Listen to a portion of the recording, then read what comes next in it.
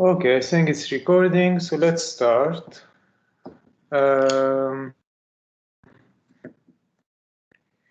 So today, practically we're done with the movement image, at least the typology of the movement image.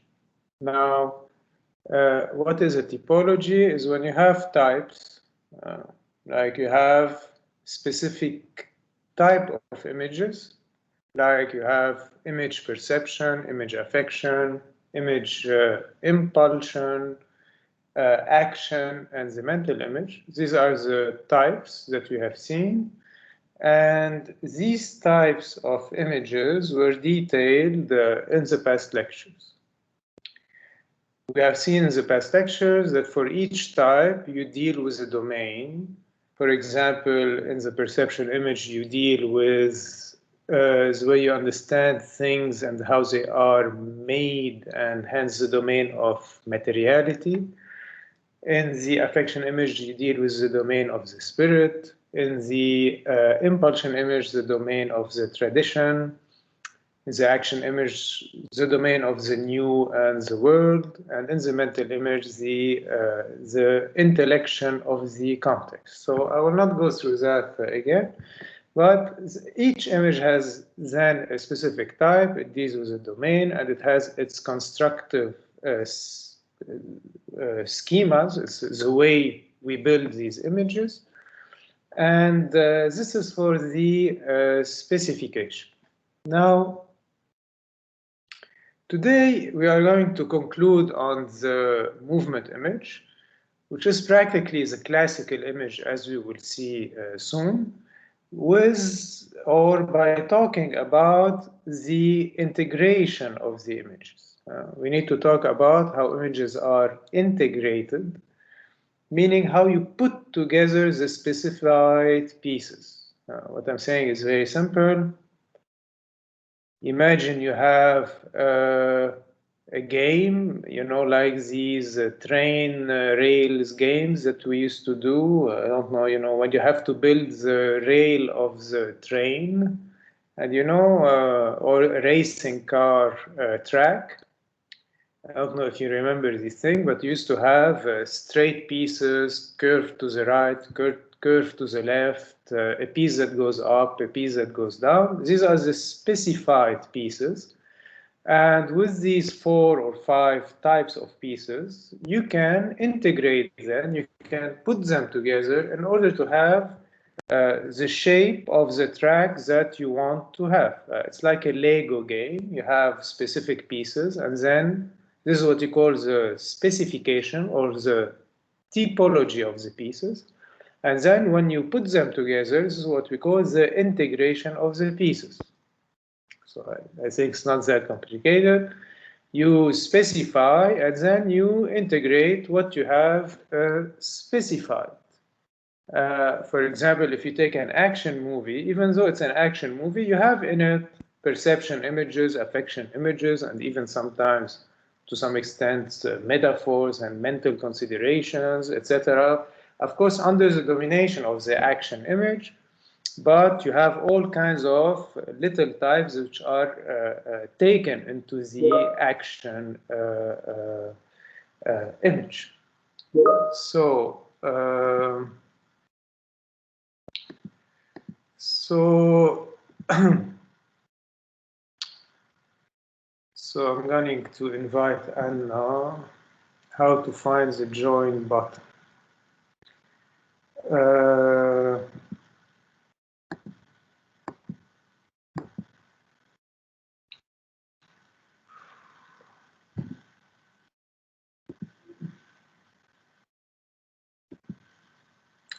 One second, I need to invite Anna. I don't know why she's unable to get in.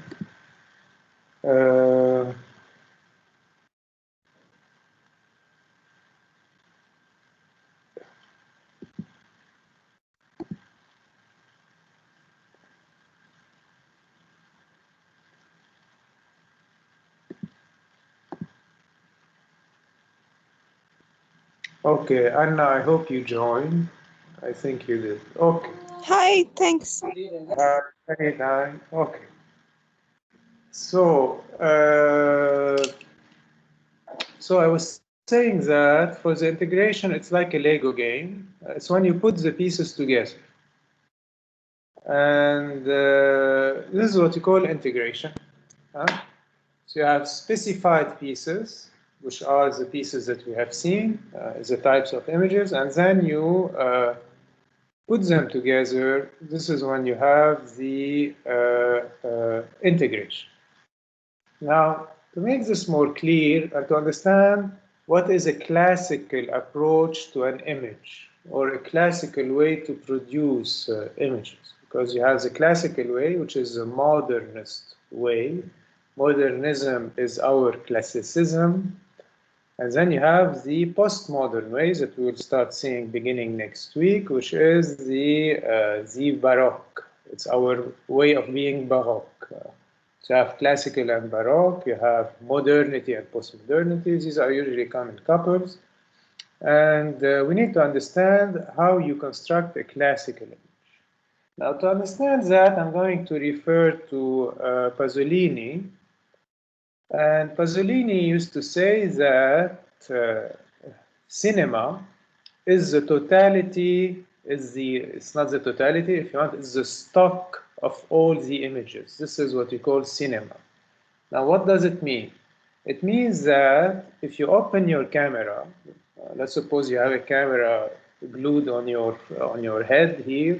If you open it, and if you just film everything you are going through, including your everything, your dreams, waking, eating, going to school, etc., this pack of images will be what you call the cinema.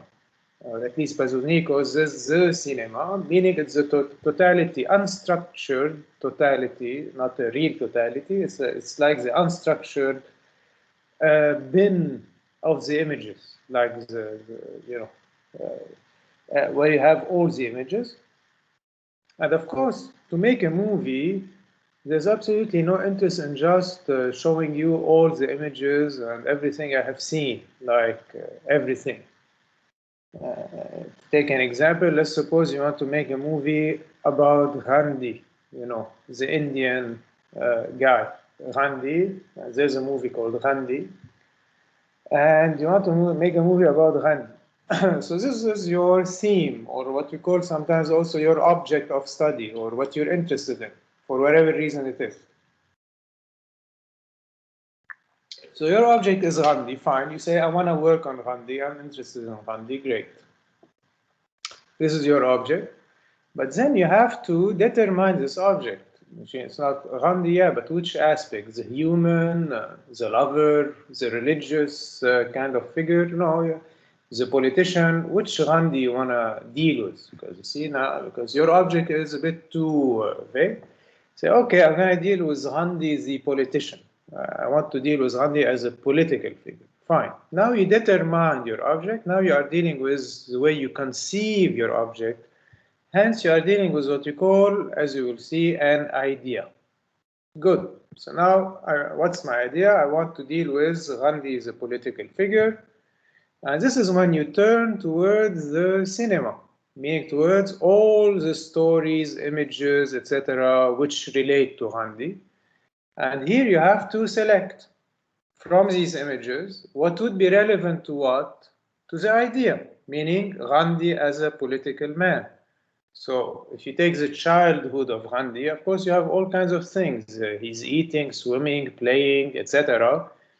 All of that would be irrelevant for building your storyline as to the political man Gandhi. So what would you pick from that? If you are reading his life or biography and you stumble on a detail, like when Gandhi was young at school, he witnessed a fight between his friends and he came and he stood with the weak guy. Okay, this is relevant. Why? Because here you see that this little anecdote from the youth of Gandhi, when he stood for justice, for defending the weak, you can say, yeah, this makes sense. Maybe Gandhi became or began to become a political figure when he was young, he fought for justice in this way. And actually, in the movie, you have a similar scene when he was in South Africa. Gandhi began to become a political figure when he insurrected against the apartheid there and discrimination there, not in India and South Africa. So what I'm trying to tell you is that now from the cinema, meaning from the totality, the unstructured totality of the images, you are going to pick what is relevant. And when you pick what is relevant, this is when you do your selection. You say, oh, I'm going to take this and this and that. And after you do your selection, what are you going to do? You're going to make your montage. You are going to organize the selection in order to convey the idea you want to convey, meaning Gandhi, how he began as a young lawyer, how he began as a young doctor, and how he, with time, achieved the liberation of India. So now you have your idea, you select images, you put them together, and this is how you achieve your, how you create your movie, by complying with the idea.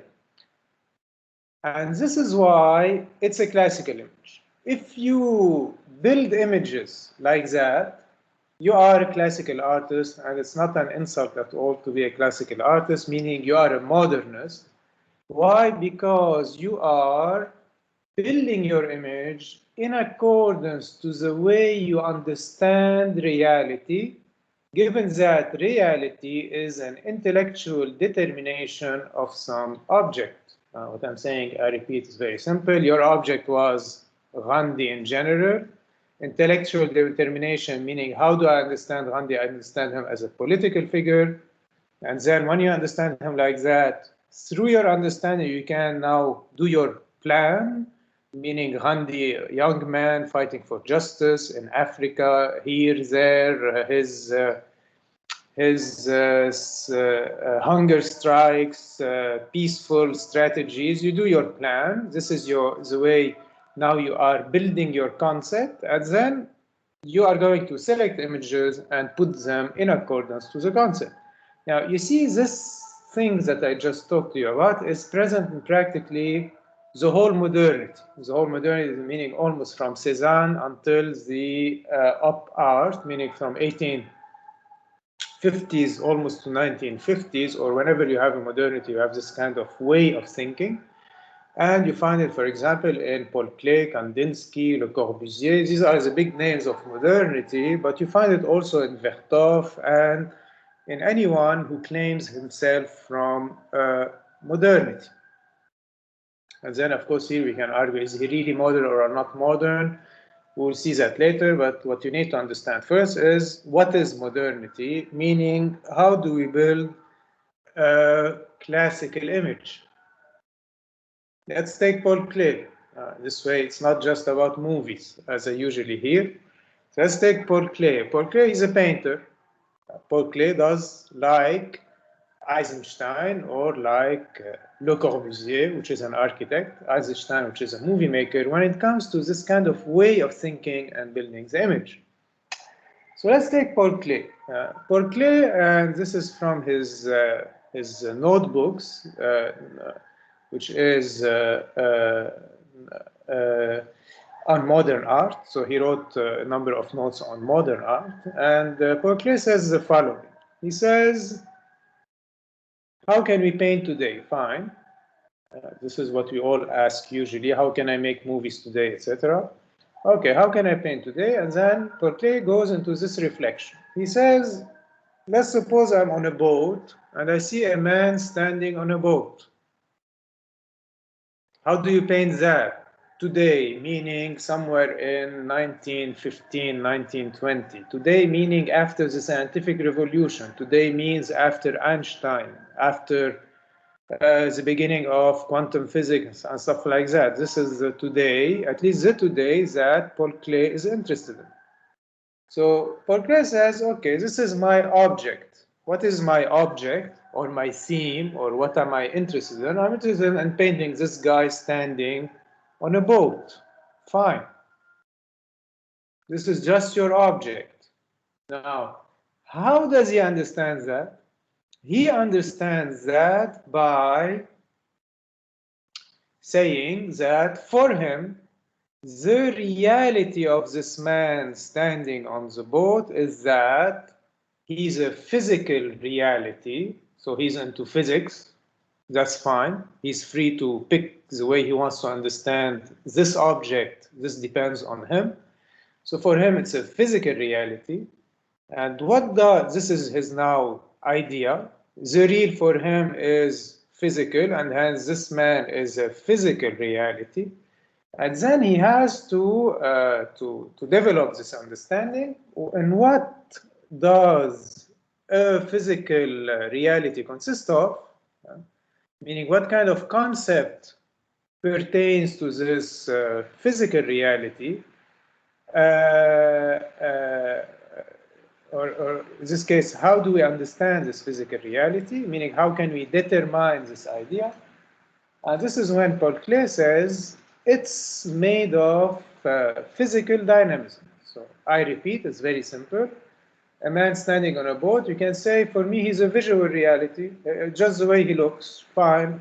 You can tell me he's a political reality, meaning he's actually an immigrant, he's trying to travel, he's running away from a war. Okay, this would be a determination as a political reality. So your object could be determined in as many realities as you want. You pick the way you want to determine your object. Paul Klee says physical reality. Good. In what consists this physical reality? It consists of what Paul Klee calls dynamisms, physical dynamisms, which is another more specific take on the physical reality. So Paul Klee says a man standing on a boat is actually the sum of movements, of dynamical movements, which are what? Which are that the man is standing. Fine. He's breathing. This is a movement. And then he's moving with the boat because he's standing on the boat. This is a second movement. Third, the water is going against the boat. This is a third movement. Fourth, the earth is turning with the boat and the water. This is a fourth movement. And the earth is spinning around the sun. This is a fifth movement. And the sun and the earth are going into a straight, more or less curved path. So they're also moving together. This is a sixth movement, and so on and so forth. So how can you really apprehend a man standing on a boat? Paul Klee says you have to be aware of all these movements being composed together. This is the reality of a man standing on a boat if you want to understand him as a physical reality. Okay, so now that he understood his reality and he analyzed it well, and for him a man standing on a boat is this kind of complex, as Paul Klee says, it's a complex of dynamisms. Just to give you another example, Paul Klee says in the same book, what is a sleeping man? It's a complex of dynamism where you have slow breathing, association of images, which are the images of the dream, a sense of gravity, rest, and this is how you analyze the dynamisms of a sleeping man. Okay, this is just another example. So what is a man standing on a boat? It's all of these movements coming together. So if you want to paint a man standing on a boat, well, you will have to paint what you have understood, meaning the way you understand the man standing on the boat. And this is why your painting should convey what in this sense, in this case. Your painting should convey the different dynamisms. And for that, you will have to invent now something. You will have to invent, for example, in the case of Paul Klee, a language, a pictorial language, which is going to be able to express all these movements and dynamism in the language of painting. So you see, you have a constraint. Okay, I want to express dynamisms because for me this is the real. How can I do that with painting? I will need then, and this is where your concept comes in, this is where your creative concept comes in. I will I am going to I'm going to construct a language that is going to allow me to build a pictorial image, a painting, which is going to make visible all of these dynamisms together. Okay? So, and indeed, Paul Klee, I hope you read about him, or even better, you read his notebooks and his course notes. The course notes that he used to give in the Bauhaus when he used to teach painting. And in these course notes and his memoirs and notes, you find that this guy is literally inventing a language for painting, where he tells you, for example, that a zigzag line, well, it's a line. Everyone the line finishes.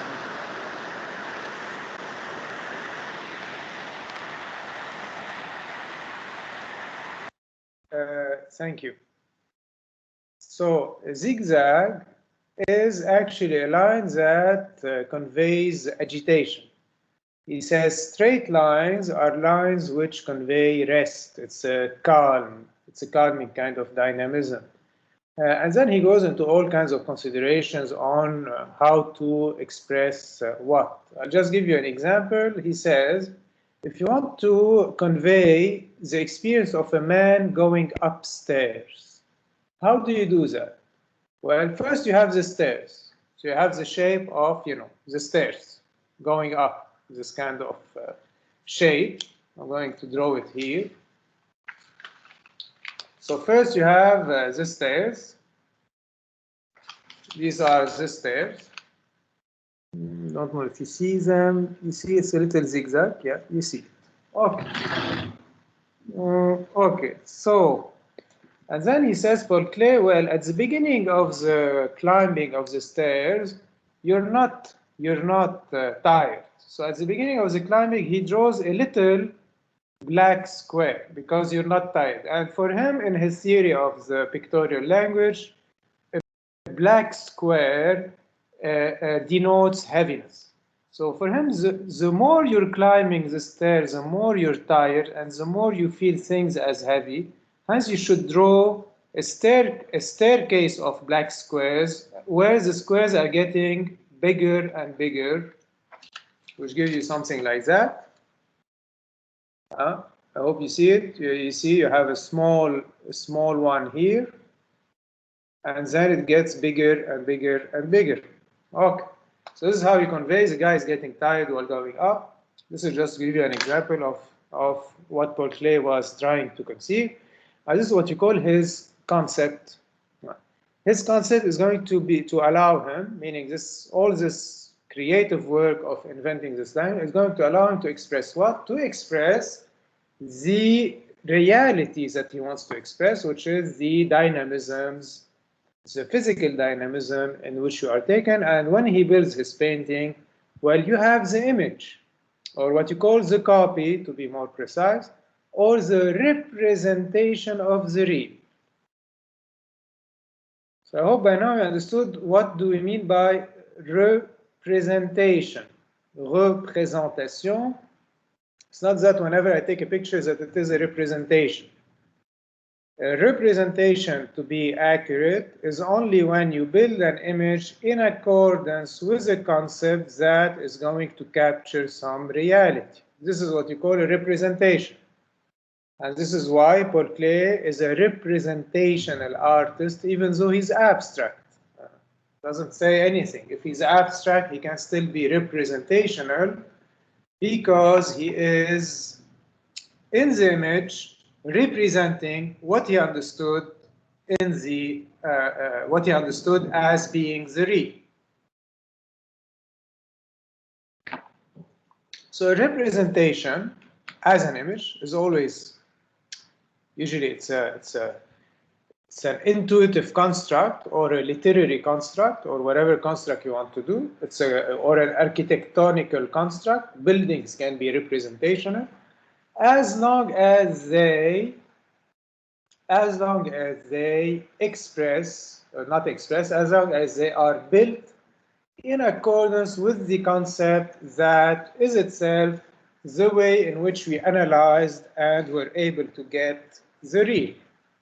All this is clear. And now you see how in the modernity and in the classical image, you really have a kind of privilege to understanding, to reason, to the intellect, and not necessarily to the senses and stuff like that. Even the emotional, like in the affection image, is filtered by the intellect, meaning the way we understand an emotion, the way we understand God, the way you understand whatever.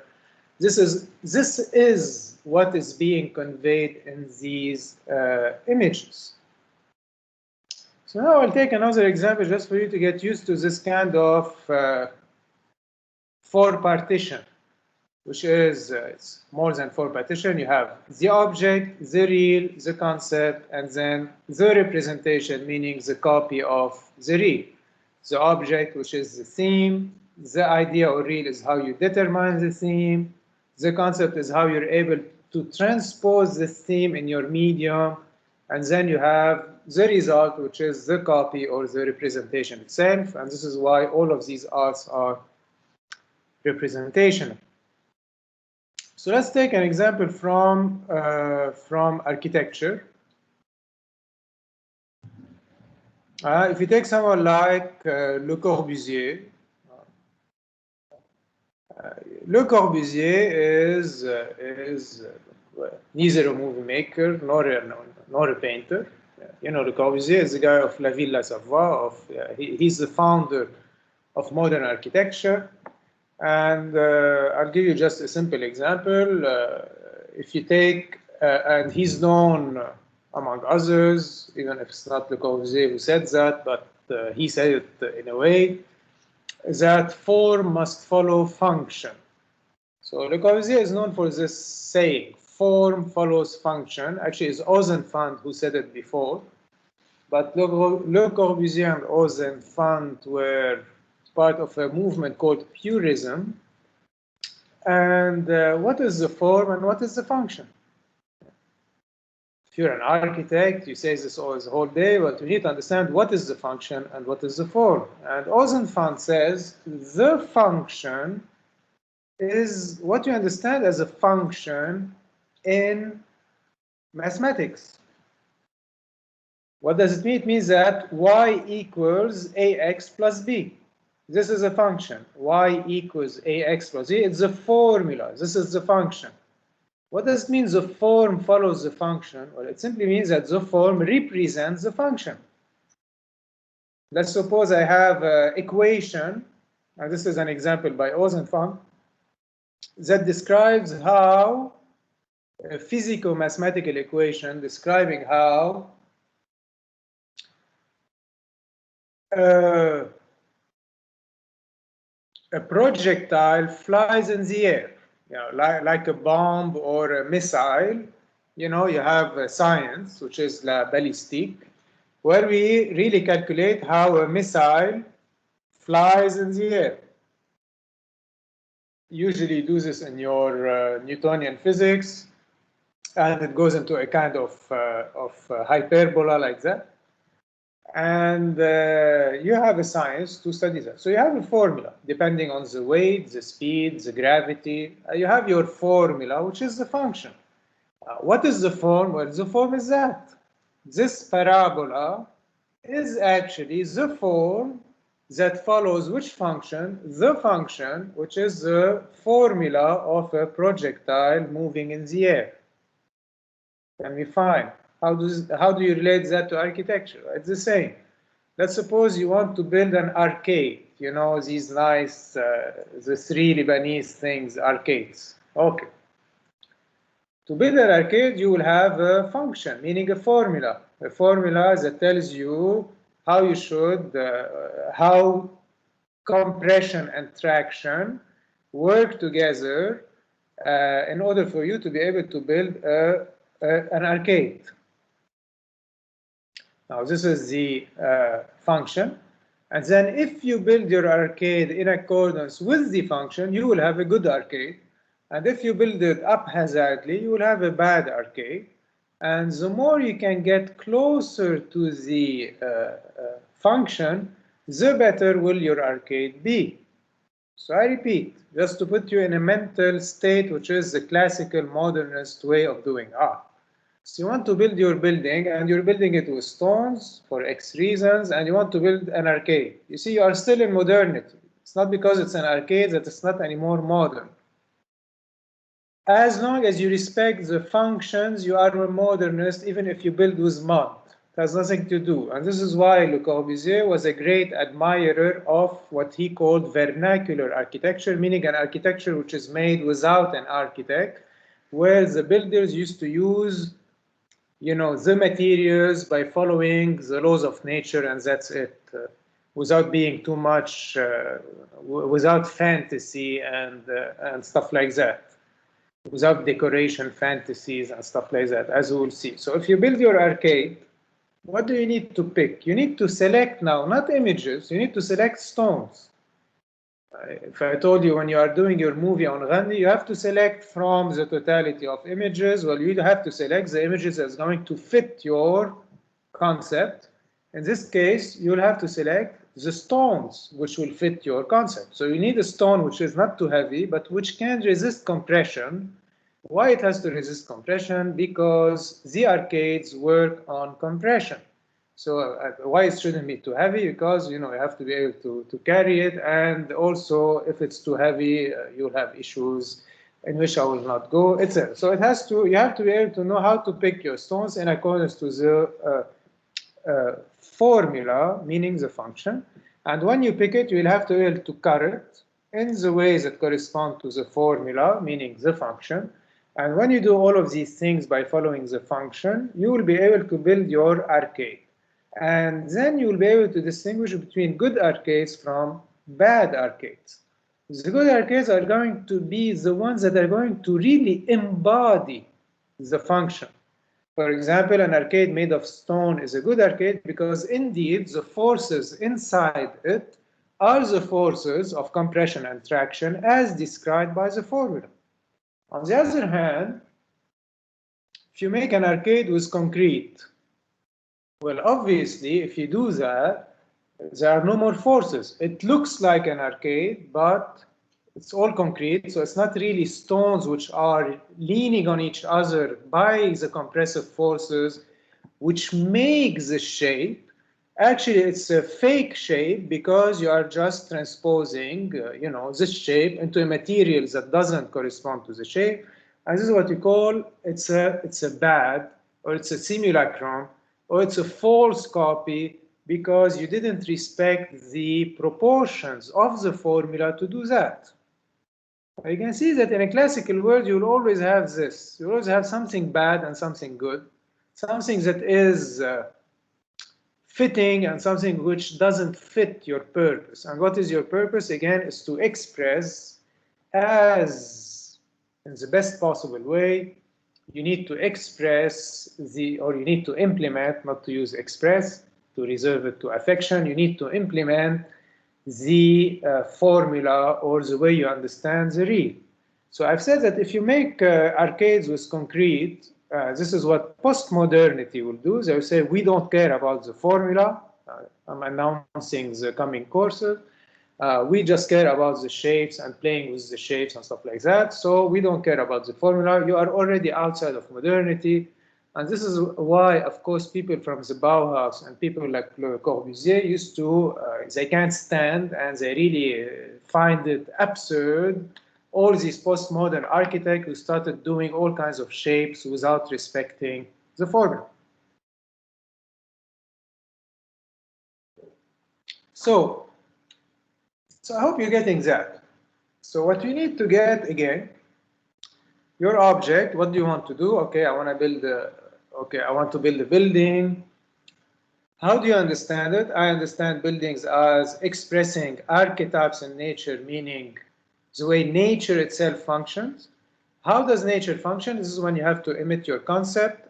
If I want to build an arcade, the formula of the arcade, and then in accordance to this formula, I'm going to select stones, meaning to select things from the material world. And when I select my stones, I associate them, I integrate them in accordance with the formula in order to create the copy or the representation which embodies, in this case, the formula, because it was built in accordance with the formula. And this is why it becomes a representation of the idea concept, meaning of what I understood and how I was able to express it in a formula. And this is when you have a good copy. You have a bad copy. This is now the distinction. You have a bad copy when you make as if. Actually, you make it look as an arcade, but actually it's not a real arcade because it doesn't implement the formula. Okay? So I hope you understood this kind of basic schema, this basic kind of conceptual way of thinking that pertains to modernity. And actually, you can practically all the artists that you have seen, you can decompose them like that. So I'll share with you here the table. It's page 60 in the notes. I hope you are more or less familiar with these notes now. So I'm going to share my screen just to show you the table. So it's here. Okay, so I'm sharing my screen now. Okay. So I was saying that, so this is the table here. And as you can see, you have the columns. I didn't detail the object in detail, but you will see it on your own. So you have the artist. So if you take Cubism, Cubism is dealing with the experience of the prostitution house. So it's an experience of the world, a physical experience of the world. This is his object. So of course, Picasso could have chosen to deal with the prostitution house, which is Rue d'Avignon. This is the street. Differently, you could have said, yeah, I want to deal with it not as physical movements. This is his idea. I want to deal with it as a social condition. But he wouldn't have been the same artist anymore because the way he would have grasped his experience would be different. And after that, Picasso invented a concept for conveying the way he understands his experience in the prostitution house. What was his concept? Is the mimetic form. I hope you will read Picasso, you have text, etc. What is the mimetic form? If you remember, we've seen it as the triangulation, these triangles that Picasso uses, which are, if you find in Cubism, you find them in Cubism too, and which are a little bit the signature of Picasso. So here, I'll show it to you if you are not remembering.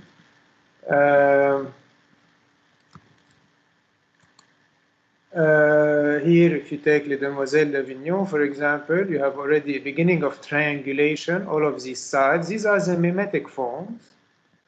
And later in Cubism, it becomes even much more visible, these little triangles, these facets, as they used to call it, the facette. And why does he have a facette? I will not do it again, all of it, because when you are moving and in the middle of the action, you see things in movement, and the only common shape that can cover all of these shapes which are interacting together is the triangle. And this is the concept of Picasso. Like, if I want to express all the different ways of seeing something, well, I will have to triangulate it by dividing its surface and by dividing what I see into these triangles. And then I will compose these triangles together. So this is if you take Cubism. You have seen Paul Klee, who considers his object, which is nature, again, but as a physical dynamism. You see, it's a bit different from the way Picasso conceives his reality. If you put them together on the same boat, Picasso will try to see how we can see the man from different points of view. What if I move around my model? This would be the way Picasso would draw his model, in this case, a man sitting on a boat, a bit like Gertrude Stein, where you already see the triangulations. If you look at Gertrude Stein, it's beginning, these facets are beginning, and so here it's not yet very visible. While on the other hand, Paul Klee conceives a man standing on a boat as a physical reality made of dynamism, and this is why they go into different directions. If you take Kandinsky, which was a close colleague of Paul Klee, you see Kandinsky also he's interested in the physical reality. He's dealing with nature, like a tempest, a horse running, snow, all of these things that you find in the title of his paintings. But instead of conceiving the real as made of dynamisms, he conceives the real, which is a physical real, as made of inner sounds and vibrations. So for Kandinsky, the physical reality is the way something vibrates from the inside. For example, a horse, if you inhabit him, if you feed him, his inner vibration is his reality, and not the way he breathes, he runs, and stuff like that. His inner vibration, meaning the way it is felt. And this is, I hope you see here that the affect in this case is used as a way to grasp the real. So it doesn't mean that necessarily now it's an affect image, because he's only using the affect to determine what is the real. The real of something is the way I feel it from the inside, the inner sound, as he used to call them, i.e. Kandinsky. And then to express this reality that he grasped through the affect, he also built a digital language, a bit like Paul Klee, but a very different digital language, because instead of focusing on physical dynamisms, well, Kandinsky focused on the way things feel. And for that, he developed another method. For example, Kandinsky, I hope you do this kind of things as artists, maybe, used to tell his students, he used to give them a word like red. And when he used to give them a word, he used to tell them, try to feel red, not this or that red, but redness as such. So what thoughts can be associated with red? Kandinsky at least says in his notebook, I see a king or a woman in her youth. It's red, like the red dress or the red cape of. Hence, red as an inner vibration has this powerful spreading outside. Okay, so this is why for him then, in his digital language, he notes redness is a powerful, self-assured emanation towards the outside. And he goes like that with everything. What is a zigzag line? What is as an inner vibration? What is this? What is that? And then he couples how he feels his language that he has built on the ground of these introspections, and not like Paul Klee on the ground of cerebral analysis of physics, of dynamism. And then he couples these things like color red. It works with a circle, says Kandinsky. While you feel that yellow, acid yellow, would work as with a triangle because they have the same inner vibration. And triangles which are yellow would be the best way to reconstruct the reality of, or the reality I have when I taste a very sour lemon, and so on and so forth. So when you are taken, Kandinsky says, in a kind of experience, you're eating a salad, or you are witnessing a tempest, or you are watching a horse, or you are riding a horse, or whatever experience you have, you need to decompose that experience into its basic inner vibrations, to connect these inner vibrations to the pictorial language that you have created, which you have created on the ground of inner vibration. And given that is equivalent to this as an inner vibration, you will be able to represent the experience on your painting by composing these different things. So I hope now you understood this quadripartition. Do you have questions on that? No. No? Okay, so I'll continue. So, so now I'll move a bit into something very, very similar. I hope you will see the similarity, but a little bit different, given that it pertains now to the cinematic image. But not only. You can use it, for example, in building a story or whatever. And in cinema, as I was telling you with the movie Gandhi, or let's take another movie, which is October. So if you take this movie October or by Eisenstein, you know, the October movie is about, the movie October is about the October Revolution. You can think, yeah, I want to make a movie on the Lebanese Revolution, fine. This would be your object. And then you have to determine this object, meaning find an idea, then find a concept that's going to analyze this idea, which will lead you to a series of selection of images, and then you will do your montage in order to convey the way you understood the revolution of, let's say, the Lebanese Revolution of October. But if you take Eisenstein, Eisenstein says, if you have, you want to make a movie on October, fine. The October Revolution in Russia. See, October, the revolution of October in Russia is a very messy thing. You have people running in all directions, people dying, living, people still working. You have all kinds of things. So how can you really convey this October Revolution? You need first to really understand the October Revolution. So you'll have to, for example, as Einstein did, to detect, conceptually speaking. So of course, how did Eisenstein, what is the take of Eisenstein on October is that it's a political revolution. You could, as there's absolutely nothing bad in that, you could have a take on the October Revolution as a humanist take. So you say, I want to show the suffering of the people during revolution. If you want to show the suffering of the people during a revolution, it's not that now you're less modern, you are still a modernist because you are still giving priority to the intellect, you are still determining your object intellectually, inventing a language, etc.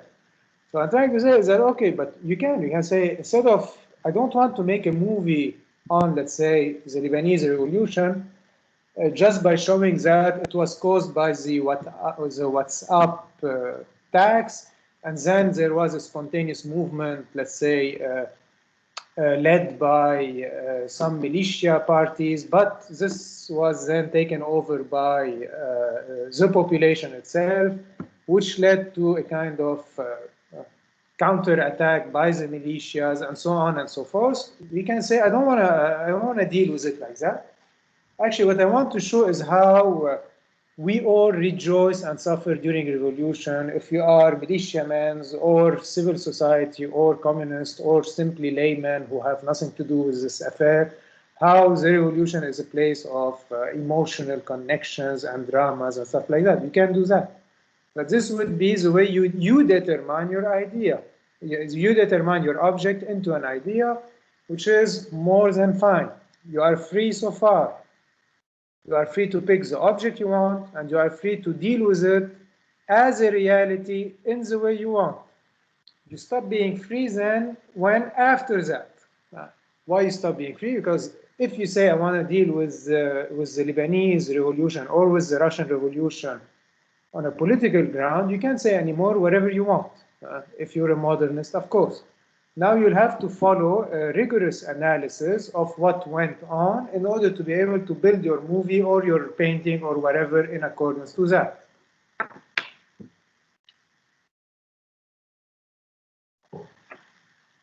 Now, so let's take Eisenstein. So Eisenstein, he really analyzed politically the October Revolution by saying you have four classes. You have the revolutionaries. Some of these revolutionaries sometimes become regressive, meaning they abandon the revolution to go back to the Tsar. You have the conservative, meaning those who defend the Tsar. And you have the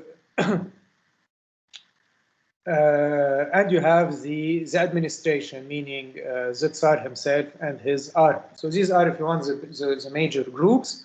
The Tsar and his army, the bourgeoisie, those who are the traitors to the revolution, meaning workers who trade their own class, and the workers who are in conformity with their own class and who do not betray their class. So if you want to analyze the Lebanese revolution, you have to do a similar work. What are the different components? You have maybe civil society, you have people with the militias, you have the police and the army, and you'll have, I don't know, maybe the left wing, which are a bit different from civil society. And these are, and you can find more if you want, but these are the groups more or less. And then you'll have to start analyzing the sequence of events in accordance to that. So you have now that you have your idea, which is a political approach to the revolution, you'll have to start decomposing this revolution really well. What are the meaningful events in the revolution? For example, Eisenstein says in the October Revolution, which is a revolution, I don't know if you know it, where the people took the état-major, the kind of base of the Tsar, and this is when they almost won over the regressive forces, because after the first revolution, there was a counter-revolution, and the October Revolution came to topple that one. Whatever are the details, the story is how the population is going to take possession of the palace, to make it simple. Now, for Eisenstein, the crucial moment is when they took possession of the arms which were in the past. Fine, this is the peak. So now you have to build your action towards the peak and then to go back down towards the denouement. So you have first the regression, how the revolution is tamed, reaction by the revolutionaries to the oppressive forces. They attack the palace, they take the arms, they win over the regressive forces, they cut the head of the Tsar and they make his statue fall. Conclusion, the revolution won in this sequence. Okay, so now you see this thing that I'm talking to you about is really like the sequence of the events, how we understood it, or what is most relevant about it. Now, of course, when you do this kind of work, you have to be aware that you are selecting a lot. You are taking out a guy who is, I don't know, writing a letter to his girlfriend. I'm sure there was someone in the Russian Revolution who didn't care and who used to still, he was leading his life as it is. Another guy making fries, or what do I know, drinking his coffee, and all of these things exist. But of course, if you take in Lebanon, okay, if you want to really have a political take, and not a humanist take, maybe we wouldn't show, people just walking around and eating ice cream in the revolution. If you want to show that the revolution is political, you took this decision, and in this case, you have to put out all of these other images which will not serve your purpose. This is the selection. And if your movie is a good movie, it would be a movie that incarnates the concept. Fine, I hope by now the sound is clear. So if you take a movie, how do you assemble the images? Because a movie, but not only a movie, a work of art or an installation or a piece of theater or a novel, it's very complicated to know how you associate, how you put together the images. Eisenstein says to put together the images, you need what you call a dominant. Now, what is a dominant? A dominant is actually the concept. What does it mean? Let's suppose you want to express, not express, you want to construct, you want to put in an image for a sequence, a hot day. How can you put in an image a hot day? Well, let's take today, it's a winter day with rain, a wintry day. How do you do that? Wintry day. Wintry day is the dominant idea, concept. This is what I want to convey. Now, all the images that we are going to put, if you want to convey that, must be the harmonics of the dominant, meaning they must echo this dominant. If you put a guy, I don't know, sunbathing at home, it doesn't really express a wintry day, even if, some people are I don't know, able to do that at home. So what I'm trying to tell you is if you show someone at home working on his desk, you don't get wintry day. To get wintry day, you have to show the rain falling, a cat sneaking in a building because it's all wet. You have to show people, all wrapped and cozy, looking from the window towards the rain.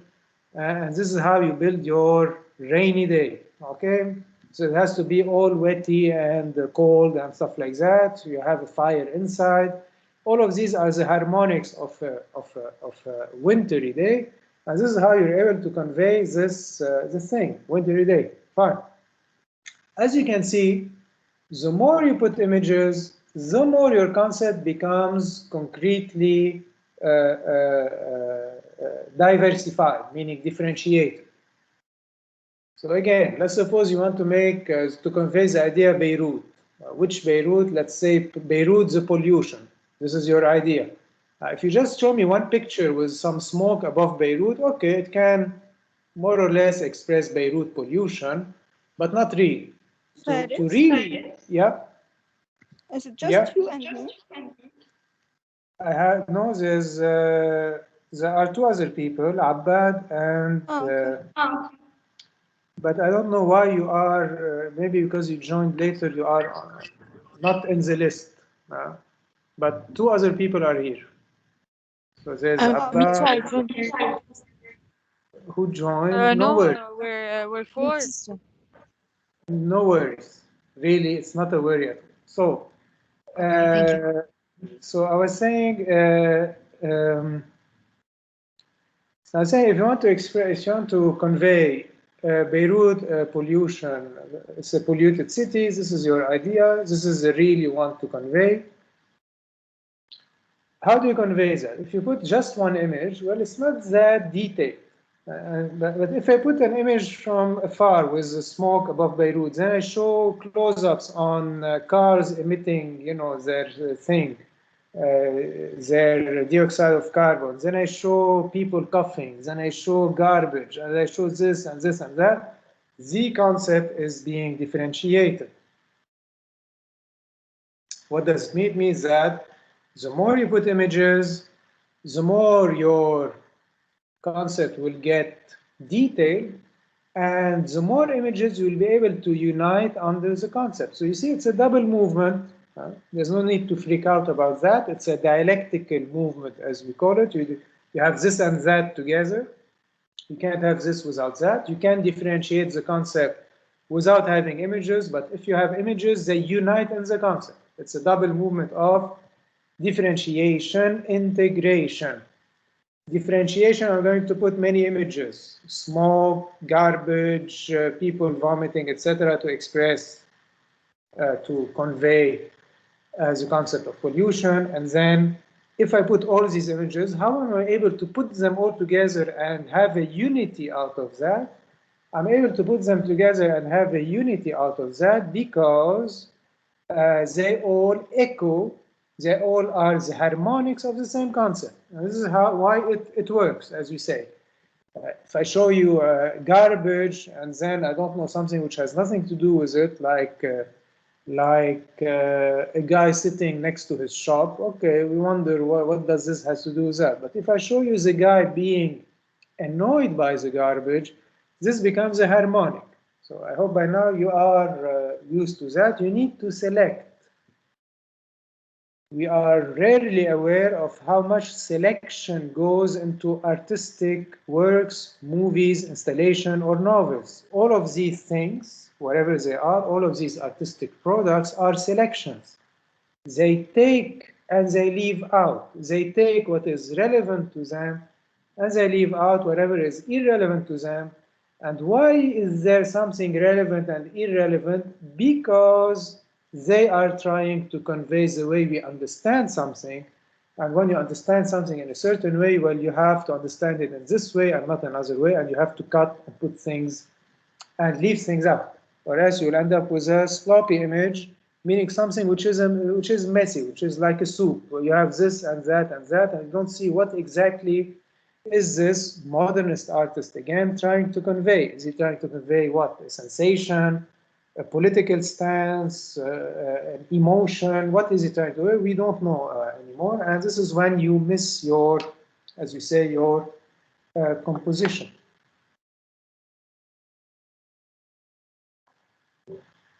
Fine. So I said that when you select whatever is pertinent to the concept, you associate it together. In cinema, we use the language, and this is a language from Eisenstein, a dominant and its harmonics. The dominant, let's say, a hot day, and the harmonics, a guy sweating, a cat sleeping, kids eating ice cream. All of these different images, they are able to associate together because there's a very clear and dominant. And this is how the dominant differentiates itself into these images. Now, this is when you have one concept that you would like to express in a series of images. You know, painting is not different. In Porclay, you have a montage. You have one concept, which is a man standing on a boat as a physical reality. This is the idea. Then he has his concept, which is I'm going to analyze him into physical dynamisms, conveyed into pictorial language, and this is when he makes his composition of the pictorial signs to embody what he understood as a dominant. So it's not that different, but let's keep the language of Eisenstein for the time being. So you have dominant harmonics. Fine. So what happens when you have two concepts instead of one, and you would like to convey a complex idea, meaning a complex concept in the sense, with one image? And you have seen this last time. This is when you make metaphors and metonymies.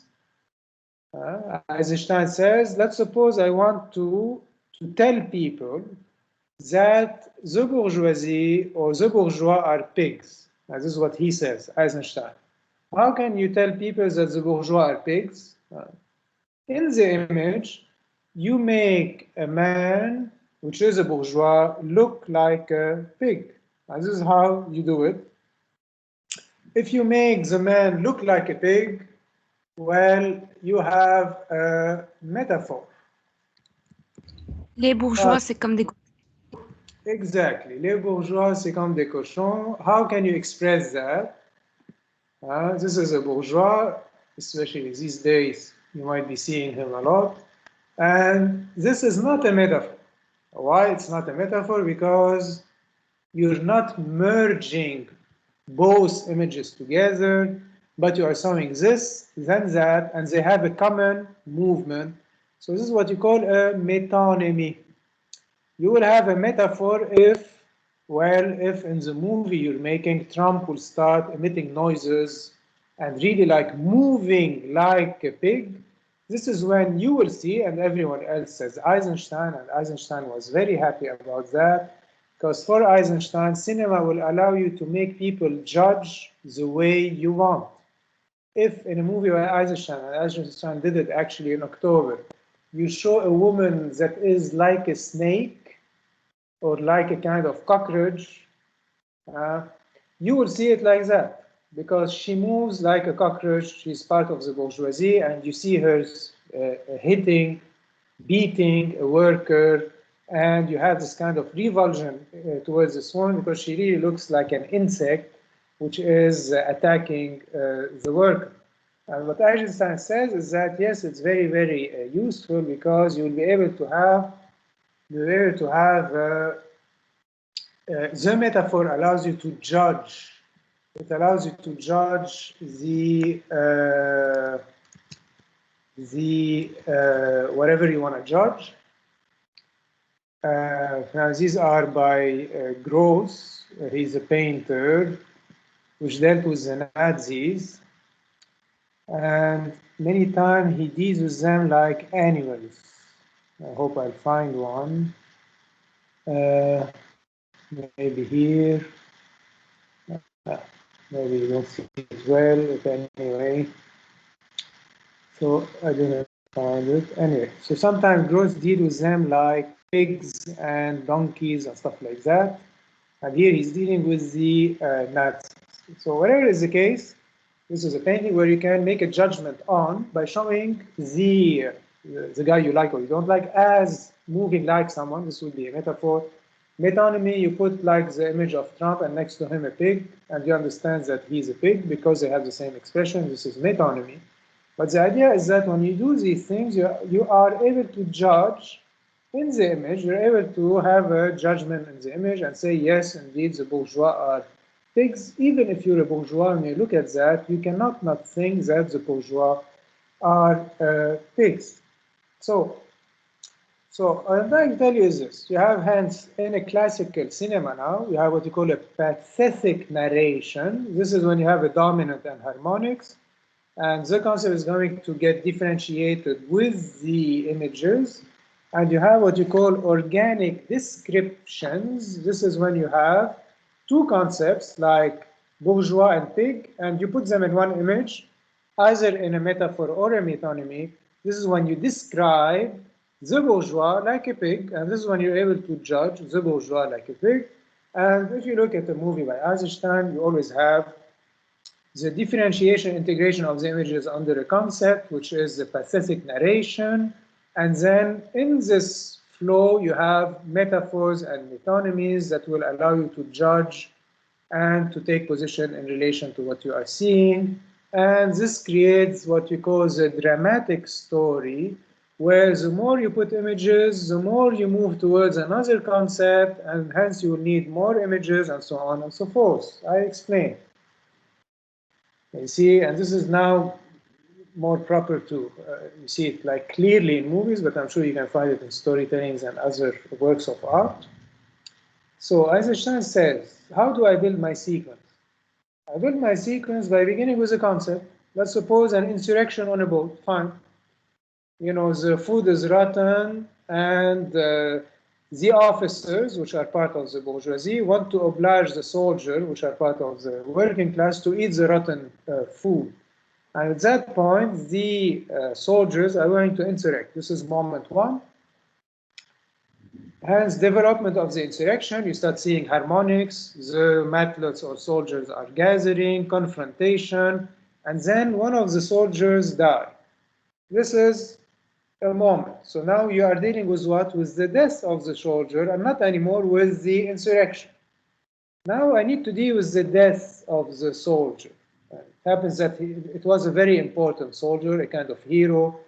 And this is when Eisenstein says, this is when I have to now bring in new harmonics. How am I going to express the death of the soldier? By showing that everyone is sad. So he starts showing you people who are sad. And then he shows you that not only the people are sad, not only his friend, even nature is sad. Now, this is what Eisenstein called, or used to call, the non-indifferent nature. In a movie, in a classical movie, nature is not indifferent, meaning when you put a tree, it has to be one of the harmonics of the concept. It's not just because there's a tree that I put a tree. You know, I'm filming in Hamra, okay, there's a tree, so I put the tree. If you are a bad movie maker for Eisenstein, this is what you do. You just film whatever is under your nose and you say, it's okay, I'm just telling a story. It's not like that. Nature shouldn't be indifferent, meaning if I want to put a tree and this tree comes in the sequence, the death of the soldier, well, the tree itself must be sad. How would it be sad? By leaning towards the water. Water itself must be sad. How is the water sad? By being very calm, with a mist on top of the water. Even the boats, which are part of the water, must be sad by being very calm and unmoving. And this is how you start expanding your sadness. Now, what happens when you expand your sadness? What happens is that it's not anymore a human sadness. It becomes like a cosmic sadness, and this is what you call despair. So now you moved from action, murder, sadness to despair. And when the whole world is sad, where you have a state of not desperation, of despair, and when you are in a state of despair, well, what follows is anger. And indeed, in the movie Einstein, you start seeing people coming together because they are all despair. And when they're all together in a state of despair, they become angry. And when they're angry, Instead of having water, you start having fire because they start burning things. And this is a new cycle of action. This is now the insurrection and the revolution of the people. And it's followed by the repression of the army and so on and so forth. And you see now how Eisenstein is able to build his sequence by making you move emotionally, intellectually, and perceptually through this thing in a kind of seamless way. You really just think that this movie is made as if it's made, I don't know, as if it's in quote, you don't feel any, it's as if it's unmade, as if really the revolution was like that. And actually it's like that because of all this work of moving from a concept to images that leads you to a new concept, which leads you to a new set of images. And this is the movement of breathing or the cycle of differentiation, integration, differentiation, integration. And this is how you move inside your movie. So I'll show you the sequence by the battleship of the Potemkin, the sequence of sadness. I hope you will detect what I was saying more or less. If you can't see it, it's okay. You can see it again. Either you can play it from the one drive on your computers, or you can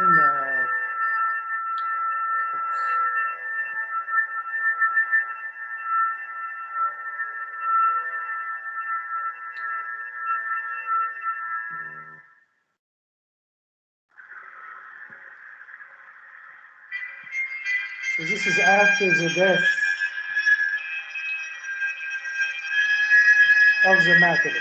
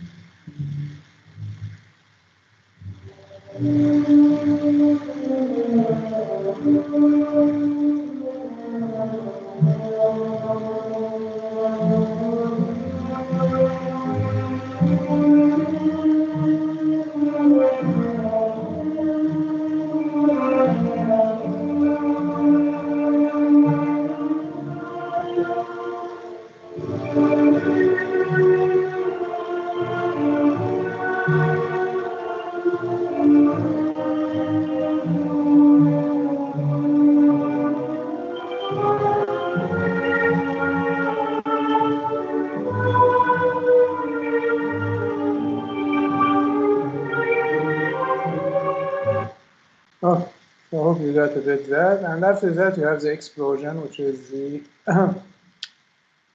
the insurrection prop. So far, I hope you understood this kind of basic, really quadripartition. And now I'll just touch on time, the form of time. Now you see, the next book that we are going to deal with is called the time image. And it doesn't mean that there's no time in the movement image. It just means that in the time image, time will take dominance over movement. We'll explain that in detail in the next sessions. While so far time was under the jurisdiction of movement, and to be more precise, under the jurisdiction of a movement which is itself informed by thought and the concept. Now, what does it mean? It means that what you call chronology, chronology is not random time. Chronology is not just, I see this and that and that and that. This is not chronology. A chronology or a chronicle, used to call the newspapers chronicles, well, it is an organized time. What does it mean? It means that you have to put things in sequence in accordance with the way you sequence, and not in accordance with the way you see it or the way you discovered it. Let's take back the example of the Potemkin or of October. It's not because you saw the guys taking the weapons first that you will put the image taking the weapon at the beginning of the movie. Actually, it has nothing to do with what you saw, but it has to do with what you understand as being the reality of some object. Now, what does this mean? It means that you'll have to analyze the logical sequence of the October Revolution or of the Lebanese Revolution, and you'll put the images in accordance with this logical sequence, and this is what you call a chronology. So for you, let's say the Lebanese Revolution begins with the WhatsApp tax. Okay, this must come first, and then, and then, and then. You see, you have a logical ordering of time. Time is not just the random events happening all over the place. It is the logical ordering of some reality, and this is why time is going to comply with that. This is what you call a rational time. What does it mean? Or a chronological time, which is cut by what you call rational cuts. Now, what is a rational cut? A rational cut is a cut that corresponds to the concept. Now, it's very simple what I'm saying. Let's suppose you want to put a sequence where you are going to the office. In that sense, you'll have to cut. You don't want to put all the stuff that you don't need. For example, you film the guy at home drinking coffee, he slams the door, cut, he's in the street, cut, he's in the office. This is if you want to make it a bit long, but you can also make it drinking coffee, cut, he's in the office. And these cuts just correspond to the way we understand the sequence of a man in a modern society going to work. So it could be coffee, taxi, or coffee, metro, office, whatever you want to show. This is when you decide how much detail you want it to be, but the cut must be meaningful. Meaning, you don't just, the guy drank coffee, he slams the door, and the camera stays there. We don't know why. And actually, this is how the critiques who didn't understand anything about Godard or Antonioni in the 60s, they used to think that, you know, Godard, Antonioni, and company, they are young men who don't know how to do movies, because look, the guy went to the office and the camera is still there, it's still hanging in the room. They didn't understand that this kind of cinema, the new cinema, is not anymore governed by the same way we understand time, movement, and concepts. So a rational cut is a cut, as I've said, that corresponds to the articulation of the concept. If the way I understand going to work consists in drinking coffee, taking the metro, and going to the office, I need 3 cuts, and this is how it must be.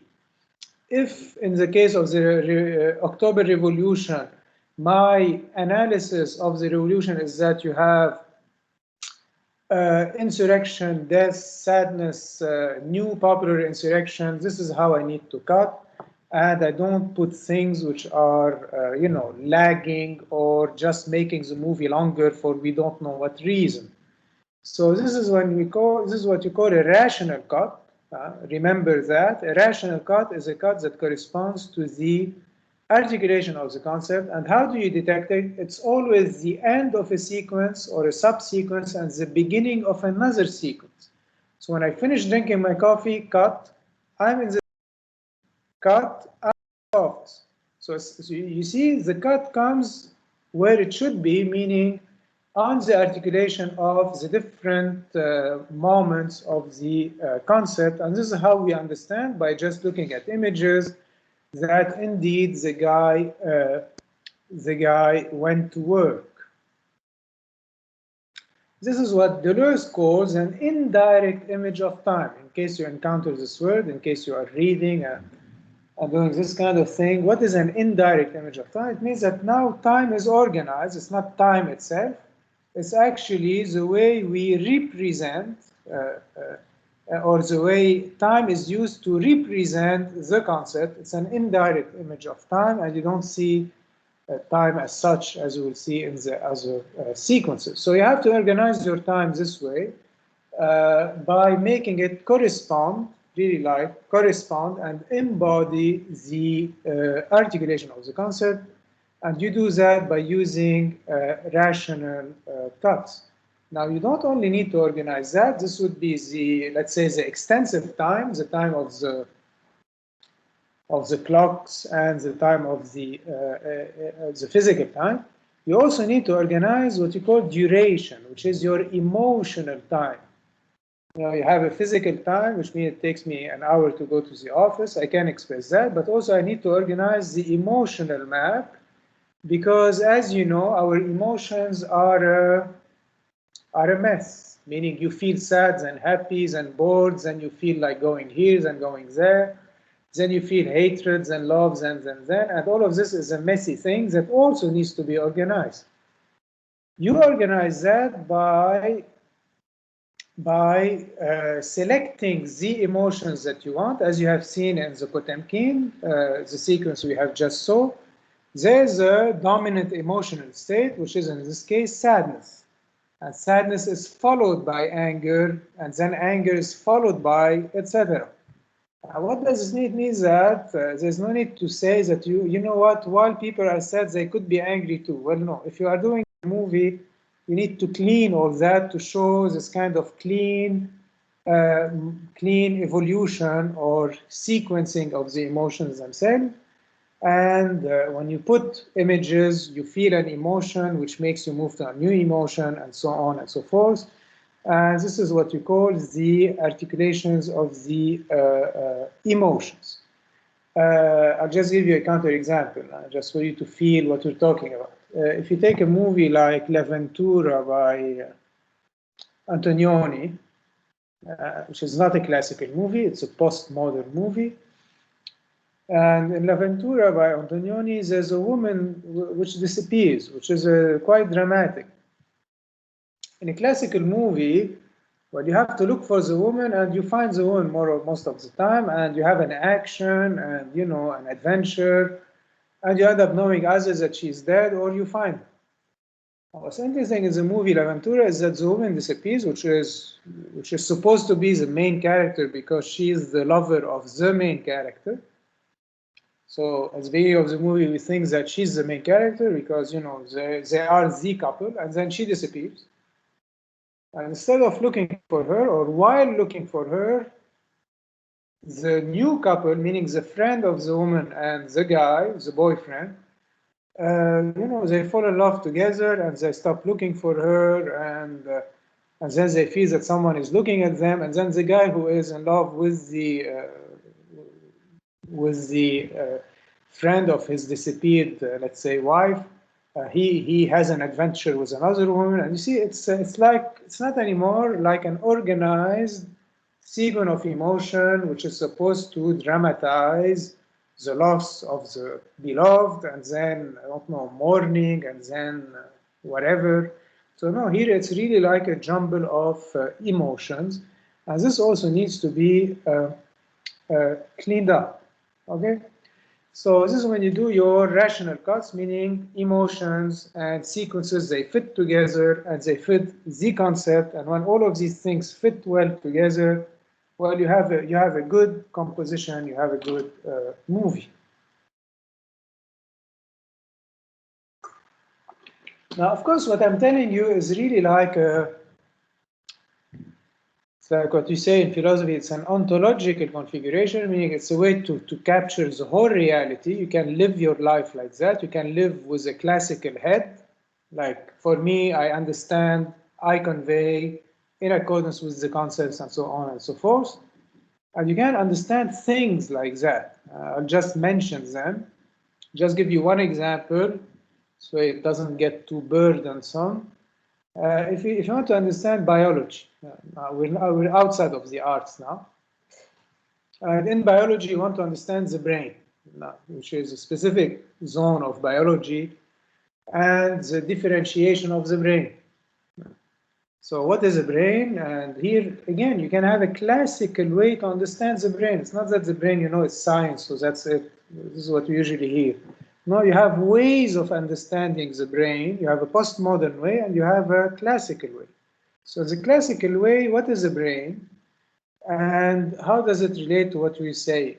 So let's suppose you have a sea cucumber, which is the most basic animal you can encounter, which is like a tube, and you have an in and an out. This is a sea cucumber. So the sea cucumber crawls on the bottom of the sea, and whatever he encounters from the front, he eats it, and then he eliminates it from the other side, and this is the happy life of the sea cucumber. Now you can see that the sea cucumber, when maybe he has one is contracting his intestine, and that's it. So you can see that this is like having a very simple concept for a very not differentiated concept for one image. It's the same. You have one neuron for one action sensation. It's the same action sensation because when he feels the food, he contracts, he eats it, and then he contracts again, he puts it out, and that's it. So a simplified brain corresponds to a simplified set of senses. Now let's suppose you add an eye, you know, the eye with which we see. You add an eye to the sea cucumber. Well, now you need two neurons. You need a neuron to contract the intestine, and you need a neuron to look, to see.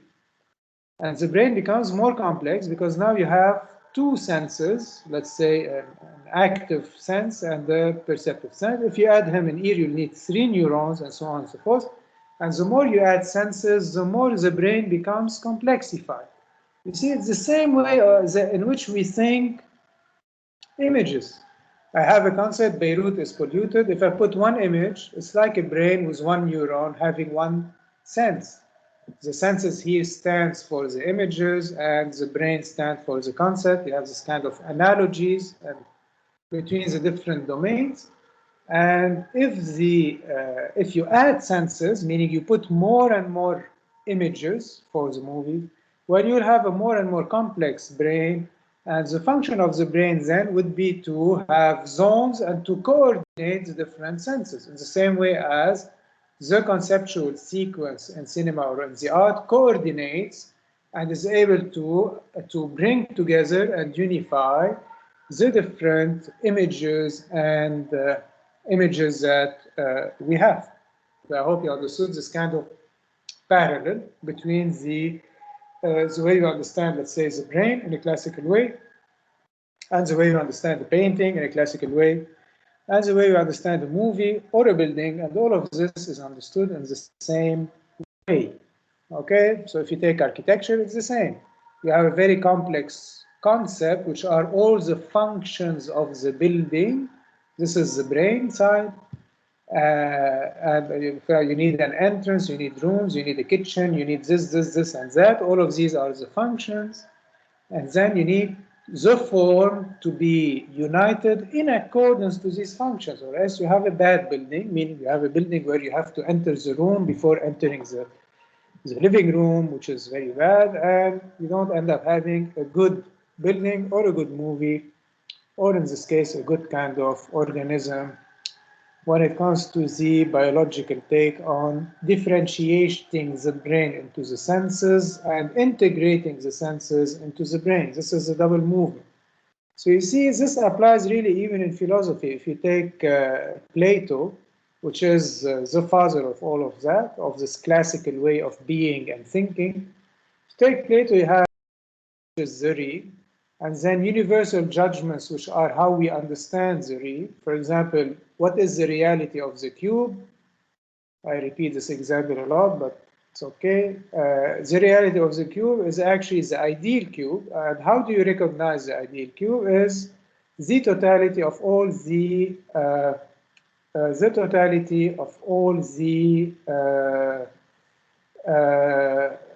universal judgments. Yes, I can invite you back. So how do I do that? So 1 second, I need to, someone got disconnected.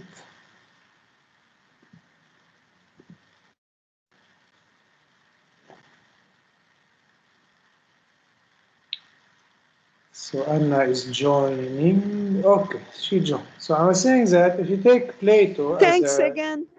anytime, so if you take Plato, which is really like, it's philosophy now. It's neither architecture, nor cinema, nor the brain and stuff like that. Plato conceives the real really as the ideality, meaning the perfect form, the perfect you. How do you know what is the perfect you? This is now the moment of the concept, is what totalizes all the universal judgments. What is a universal judgment? It's a judgment of the form, all A is B. All cube have 6 faces. This is a universal judgment. And because it's a universal judgment, it describes the real, meaning the ideal cube. And then you have a copy, meaning you are going to build a cube in accordance of the way you understand the idea, meaning the real, on the ground of the concept, meaning your universal judgment. The good cube, what should you do? You should build something which is almost as much that you can do it, almost a perfect cube, meaning where you have all the sides which are equal to each other. Of course, in our world, it's very difficult to build a perfect cube because, if you're building it with wood, when you cut it, it's never exactly equal. And this is why we call it a good copy, meaning it's not like the representation of the real itself, but it's an approximation. If you remember the beginning of this course, we said that with our eyes we see less. It's always less perfect, and this is due to, in a classical mentality, is due to the resistance of matter. The wood is never perfect. You'll always find, it breaks. It doesn't cut clean enough. Even when you use a laser, there'll always be burns and stuff like that. And this is why matter cannot incarnate the idea as such, but it can approximate the idea. And I hope you start seeing now why is this kind of struggle with matter that artists have, where it comes from. why you feel that, you know, it's not perfect. It's not perfect. It means that you are still in a classical mindset. If you say it's not perfect, you know, like I want to do my perfect sculpture a la Michelangelo with this guy, which is perfectly proportioned and very well sculpted. Of course, here you see that there's a struggle with matter because the form needs to dominate matter. In the same way as in an Eisenstein movie, there's a struggle with matter because the form, which is the way he understands the revolution, must dominate the contingencies of the cinematic set. You know, in cinema you have clowns all over the place. You have the guy doing the actor, which is angry with his with the other actor, and you have the guy who makes the lighting, which is busy, and you have really a mess. And the director needs to dominate all of that in order to bring an image which is as close as possible to the vision or to the idea or to the way he understood it via the concept. And this is when you start seeing this kind of resistance of materiality in classical arts. And this is why artists, once they are classical, they become obsessive about, you know, if you have a drop of paint where it shouldn't be, it's a disaster. And they're right to be like that because it ruins the incarnation of the idea. We'll see that postmodern artists, they don't care about matter. It can be dirty, it can be not dirty, it's the least of their worries, but they'll have other worries that we'll see what they will be, other worries, but at least it won't be the material resistance which will cause problems. This is like typically coming from a classical mind set. So I hope by now you understood this mindset in which an artist can be, which is the classical mindset, where he chooses a theme, he understands it, and then he builds either a language or a technique or a form to express what he has understood, and then he composes his image by taming matter, by selecting the good materials from the bad materials and putting them together in accordance to the integration rule that he has given himself in the concept. And this is how he builds a good work of art that can make visible, meaning that can represent the concept. So I hope this is clear. So for next time, you will have an assignment. And in this assignment, you will have to do this. For next week, you have an assignment. And you will have to do one line on an example that we did not cover. I'll send you an email for that, meaning you have to find an artist between 1850 and 1950 that you consider as a modern artist, meaning that fits the classical image, and you have to tell me, these are the paper instructions, you have to tell me what is his problem, meaning what is he dealing with? Is he dealing with a prostitution house? Why is he dealing with that?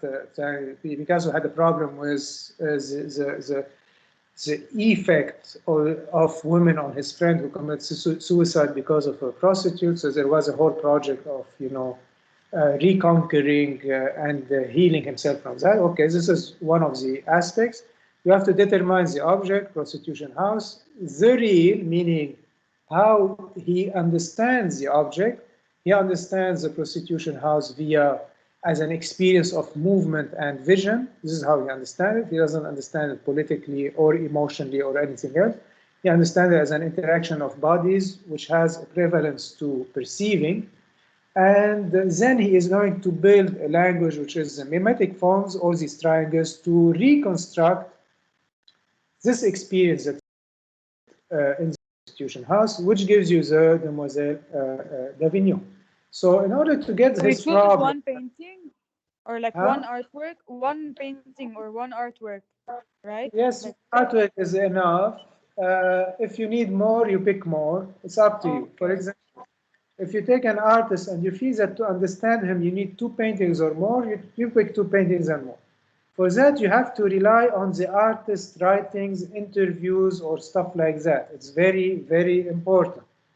I will try to put on the OneDrive monography of artist text from modernity. So if you don't find anything, at least you can find the text in this book. And the best thing to do is go look at Liebgen or I don't know where, and you find what the artist is saying. I insist on that. If you don't find what the artist is saying, pick another artist, okay? So after you select one painting or two, and some references that deal with the artist, but the major writings must be by the artist himself. This will allow you to detect his problem, what he wants to do, how he determines his reality, and then you move into the type of image. Okay, type of image. You can tell me that this guy is doing. So after you determine his problem, I hope by now this is clear. You determine his type. You tell me, let's say Picasso is a perception image because 1, 2, 3, and you show me how the perception image works from Deleuze, and you explain and you justify. You don't just tell me, it's a perception image. You justify. You tell me, I don't know, gross is an impulse image because we have a derived, we have this, we have that. This proves that it's an impulse image. And this is how you justify the type. Last step, you do the integration, what we did today, meaning after you have spoken, meaning you do the object, reality, language, and composition. Okay, I hope this is clear. So I repeat, first you pick his problem. The guy wants to deal with prostitution houses because of the suicide of his friend, blah, blah, blah, and this is his problem, or it could be a pictorial problem. You pick what is worrying him. Second, you determine the type. It's an affect image, impulse image, mental image, and you justify why it is like that by referring to the cinema books by Deleuze and to the course. Last step, you tell me that in order for him to solve his problem in this type, he determined his object as, let's say, prostitution is movement. He invented the mimetic forms, which are the way he conceived this reality, and he composed this painting on this ground, and this is how you end up having this painting. Okay? You have here formal considerations that you can read on your own. It should be 4 to 6 pages. So by now, if you are fluent and at ease with the image styles, it shouldn't take you much time. All you need to do is just pick an artist that you like or that you know have writings around you, and you can do this work. Okay, I hope it's clear. In principle, it's due next week, but we can make it due next, not this Sunday, the next Sunday. This way you have more than plenty of time to find your artist, text, and write about. So this is for your assignment, which is then due. I will send you an email with all the details. So just before leaving you, to do some exercises from the last times, because I didn't show you this one. I'm going to show you this image. I'm just telling you the story behind it to see if you are getting it. This is a difficult one. So what type of image is that? Knowing that this series of work by the photographer Rhys Telliver is called West Bank. So can you tell me what type of image is that? Dualist? I don't know. Dualist. Dualist is a part of our types of images, dualist. But dualist is a good hint, or it's a good beginning. Why do you think it's dualist? Because first by the name West, so it means there is east too, and it's a road separated. It's separated by rocks, so it has two sides of it. Unfortunately, no. No. So West Bank, it's in Palestine. So it's not that there's an east and the west. It's الضفة الغربية. Hello? Who was speaking? So West Bank just means, it means Leticia. So Leticia, West Bank just means occupied Palestine. So where is the duality here? If I told you this is occupied Palestine, are you surprised? I mean, I wouldn't have guessed right away. Yes, this is her point.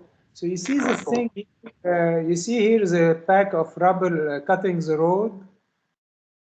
Do you see it? Yes. Yes, Now yes. this rubble here cutting the road is actually what the Israeli army does to prevent the people who work in agricultural areas to prevent them from doing their work. You see, so it's an act here of like punctual violence. And what is Restel doing? This is what. Please turn off your mic and then open it. So what is Restel doing? What she's doing is that when you look at the picture from a distance, you say, ah, it's something in the Mediterranean. This is situation one.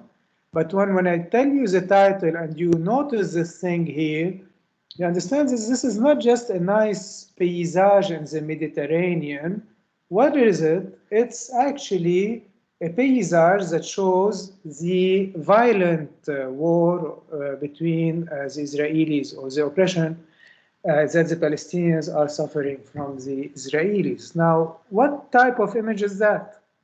If I told you now the whole analysis, what type of images is that? You know, there aren't things like a dualistic image. I hope by now it's clear. You have action, affection, impulsion, mental, and these are the types. I know that maybe at least most of the people I know don't take this seriously, but this is a very rigorous classification, meaning that, you know what, you have these types, you have other types that you will see in the time image, but it's not just whatever you say about the image that makes it a type.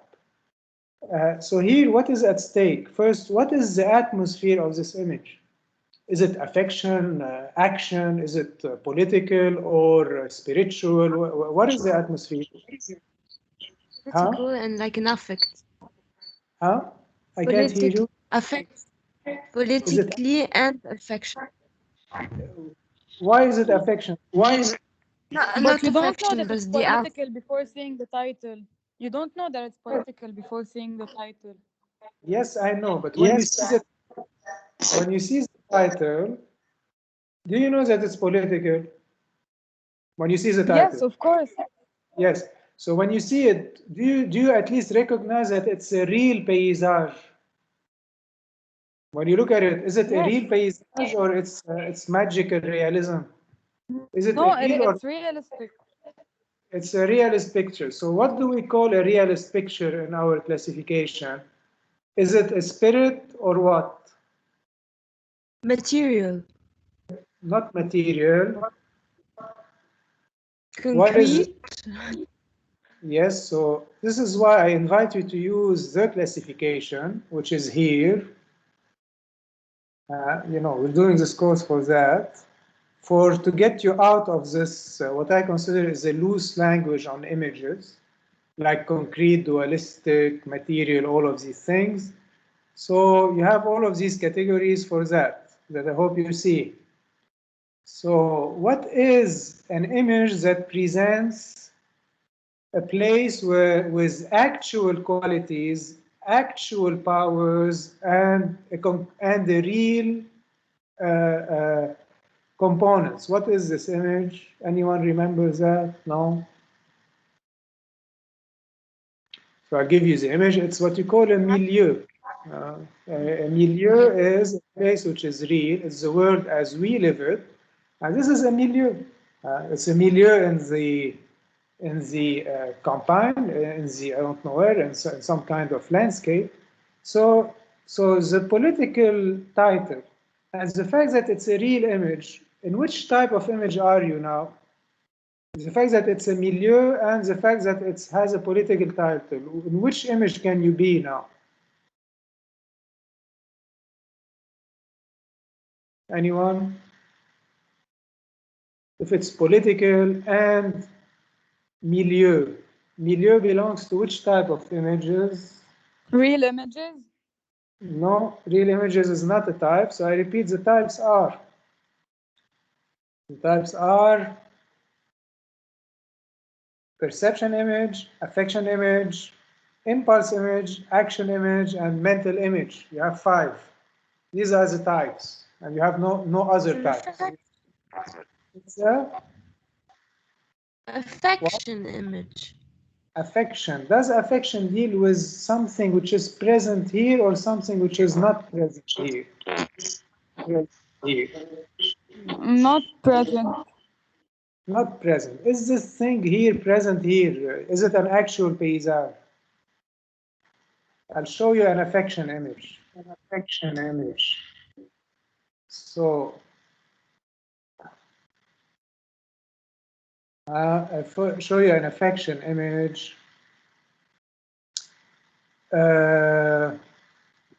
This is an affection image.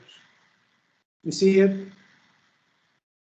This is an affection image. You see you have distortions, and this guy cannot exist in reality. It's expressing a screen. Is it clear? I don't see it yet. I don't see it. Yes. See it now, the scream of bacon. It's the scream of bacon. The Pope. Do you Yes, see yes. it? Do you see it?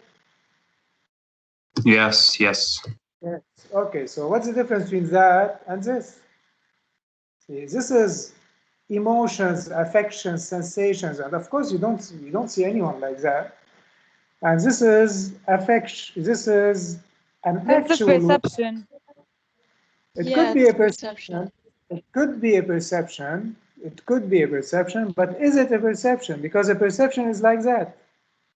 No, it's a perception if the title was not West Bank, but many happen categories, so I'm not sure. It could be a perception, but a perception is something like this.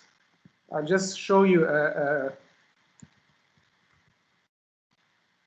gross perception because to make you sensitive to this. For me, it's either perception or mental. So is it a mental image? We'll get to mental soon. You see, this is a perception. What does it show you? It shows you how things are composed together. This is the worry of perception images. I need to show you the actual making of something, perception. This is affection. I express emotions which are not here. And if you want to look at a mental image, this is what you have seen last time. Mental images, what do they pertain to? They pertain to the context, to the law that makes something. So if you take a mental image would be this. This is a mental image. Mental image, the reverse urinal, because he's criticizing the rules that govern the way we assess works of art. This is pertaining to a vertigo, double determination, that affects the context, meaning the laws that govern what an artwork is. This is perception because it affects or it wants to show the way the Volkswagen is made, is composed. You see all the relations that make a Volkswagen. This is an sensation or an affection image because it expresses terror or the scream, and you don't see the actual thing. And this here could be perception, but why it's not a perception? Because it's not showing you just a paysage or how he understands the paysage. He's showing you this paysage as a component of a violent political action. So where can it be? In which image? Action. Thank you, action image. Great. So why it's action? Because action deals with Because politics. it's showing something that's changing, like that's affecting Palestine, or like affecting the agricultures that work in these lands. It's true. There's a conflict, right? This is what we're saying. There's a conflict. Yes. Yes. So you have a duel. What is a conflict? It's a duel between the Palestinians and the Israelis. Okay. But what type of action image it is? You're totally right to say it shows the way we have a conflict, so it's part of the action image. But you see, when you look at this image, is it showing you the conflict as you see it on the news, like, you know, a Palestinian man throwing a stone at the tank, at the... No, it's no, kind but of indirect. there's something out of place that's like There's it's been put there, it's been actioned. Great, there's something out of place. What is out of place? What is she playing on here? She's playing on what and what? When you look at it from a distance, does it look very violent? It's a landscape. It's nature. It looks like it doesn't look like there's much going on. Yeah, does it look violent? Does it look violent? No, it does not look violent. No, it doesn't. Does it look like a nice paysage in the Mediterranean? Yes. Yes. So when you get closer to the picture and you read the title and you see this, what do you understand now? That there is violence in the picture. There is violence. It's not great. So it's not peaceful. So from where to where did you shift now? Did you shift from peaceful to violent? No, I shifted from violent to from peaceful to violence. Yes. Did you shift? Did this thing make you shift? Yes. So this is how you determine the type of image. This is actually a small fold in the image action. It's like Charlie Chaplin, where he shows you an indice, an image that can go towards right or towards left. You look at this, you say, it's a nice peaceful situation. And then when you look again, what do you understand? It's a war situation. And this is how you move from peace to war, or peace and war become articulated together. It's like, if you remember the course on Charlie Chaplin, that waves a flag that points towards communism or towards capitalism. Did you understand why this is a small four? Yeah. You see, we said a line of universe and this the is action. A what? Can you repeat? Sorry. It's a small action fold, meaning it's an indice that points toward a situation or to its opposite. In this case, you have a distant view, which is the first image, close view, which is the second image, and you move from war to peace. Is it clear? Yes. So I repeat, what is an indice? An indice is an image that points towards a situation. In this case, the indice is this thing here, the rubble on the street, that makes you understand that this is a war situation. While from a distance, you thought that it's a peace situation. And this is how you construct this image, where you move actually from peace to war. And it's a statement on the war, which is, this is absolutely absurd to have this kind of intervention in this kind of place. You see, there's nothing. It could be very peaceful and very nice. And actually, this place, which could be a heaven of peace, shifts into a war. And this is when you see violence even more. Because to put this here, you must be like in a totally paranoid state to really like intervene on this street to annoy those who are working in a place where there's almost only agricultural fields. Did you understand how you determine the type of the image? Yeah. Yes. Okay, so you see, it requires, I don't know what to call it, a sensitivity, a way to be able to feel something and see it in order for you to be able to know what it is. If you just glue on it, which is what we all usually do, everything that comes to your mind, that when you see the image, you will not be able to get the type of the image, nor to analyze it, nor do anything. You will remain where you are, meaning, you look at something, you say, yes, it's green, it's trees, it's wonderful, it's about expressing my relation to nature, it's expressing the joy of life, and you would say all of these things which are useless. Is it useless? Yeah, and it does quality to the image, because the image can be expressed in words, like these words. It has to be expressed in conceptual words. All I'm trying to say is, yes, the conceptual words that we have, or that I teach, are these. The affection, impulse, action, mental, and perception images with their own logics. And this is with what you should be able to catch the image. So don't tell me in your essays, you know, it's a material image, it's the guy is sad, he's expressing, you know, like what we usually hear, like it's an image about a bird or it's an image about, I don't know what. The images are not about. The images have an inner mechanism, and this is a mechanism here that we have seen. So I'll just see that here. So if you take a face, if you click here on face, how can I do that?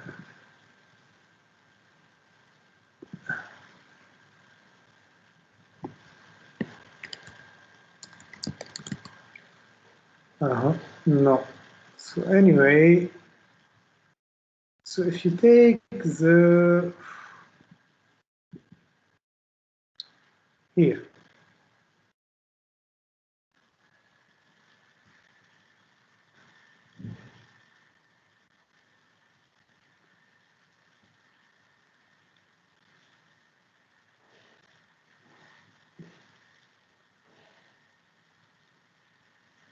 See, this is a face, and oh, it's still here, it's still here.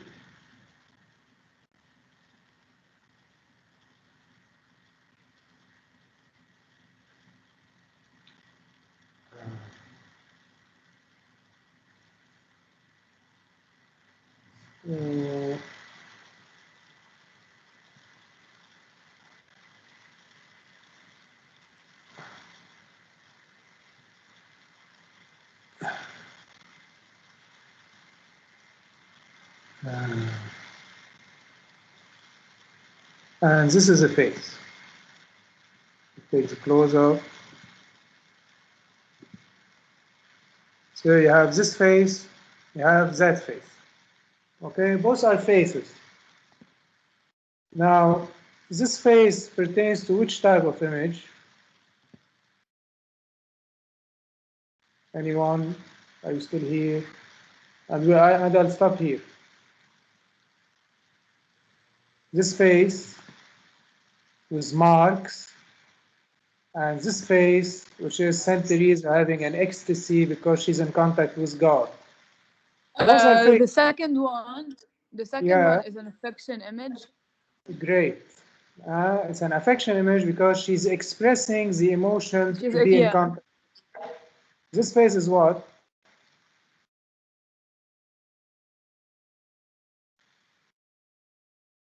This one, with marks.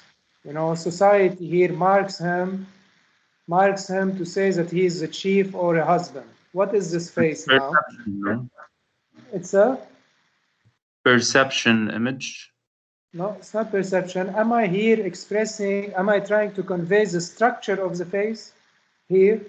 Oh no, but the face is made. It's affection too. No, is it affection? This is affection. You have intensity. It's impulsive. It's not impulsive. This is what I'll show you an impulsive face. Impulsive would be a face that is, you know, if you have saliva dripping out of your face, this would be impulsion. Did you get the difference? Did you understand what would be an impulse? An impulse relates to your... Yeah. Okay, so what is this face?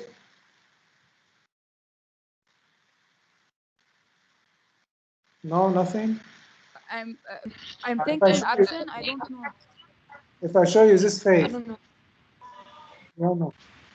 So marks are in which image? When you mark, what is a mark? You remember last time if you were here? Marking it's an action on the... If I tell you that in this phase, this is the contract of marriage of this guy, in which image he would be? Actually, this is true. This is the concept of marriage. When he got married to a woman, to know to whom he's married, they engraved this on his face. This is part of which image?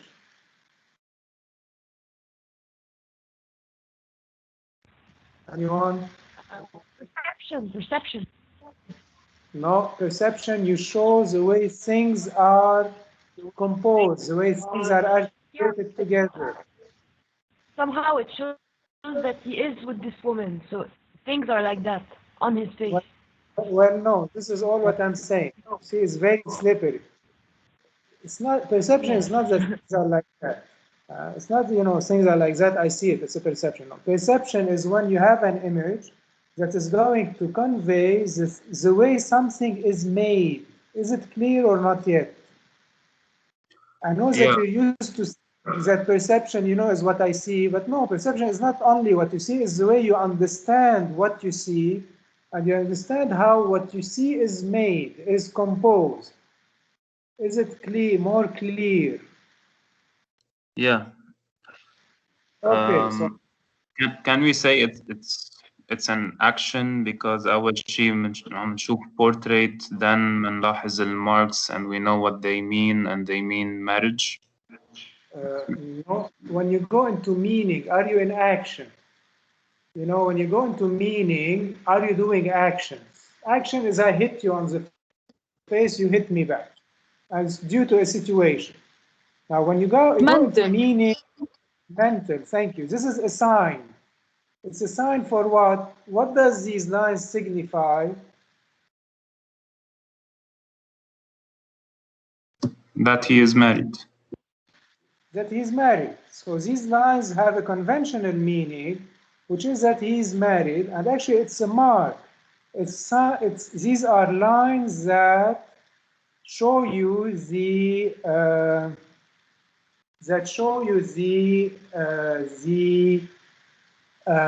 inner life. The fact that he has now a new legal situation. It's not a situation, we call it a new legal, he's part of a new legal context, which is the fact that he is not anymore a bachelor, but he is married. Okay, did you get the difference? Yeah. So I'll show you this guy. So this is Gunther. Just this way you see what is the perception of the face. Okay, now this is perception. Do you see it? Or no? Is it? No. Do you see? No.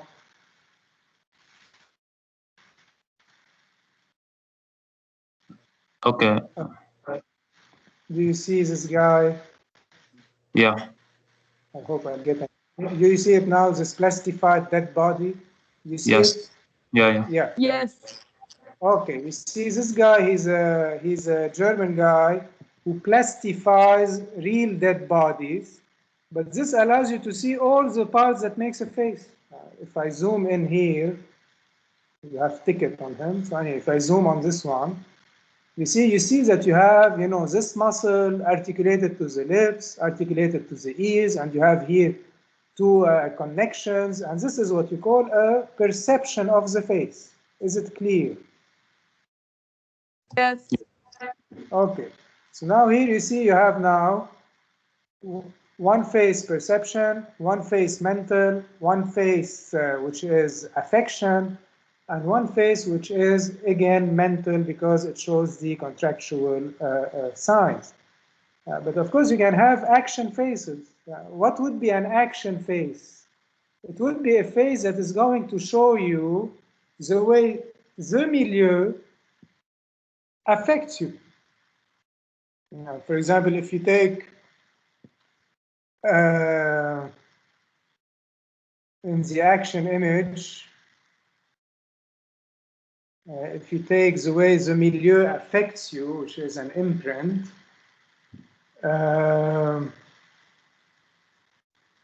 which is a vegetative, if you take COVID, this is another face. Now, are these marks the marks of the law, what are these marks? This is a nurse that works in a hospital for COVID. Why is this an action face?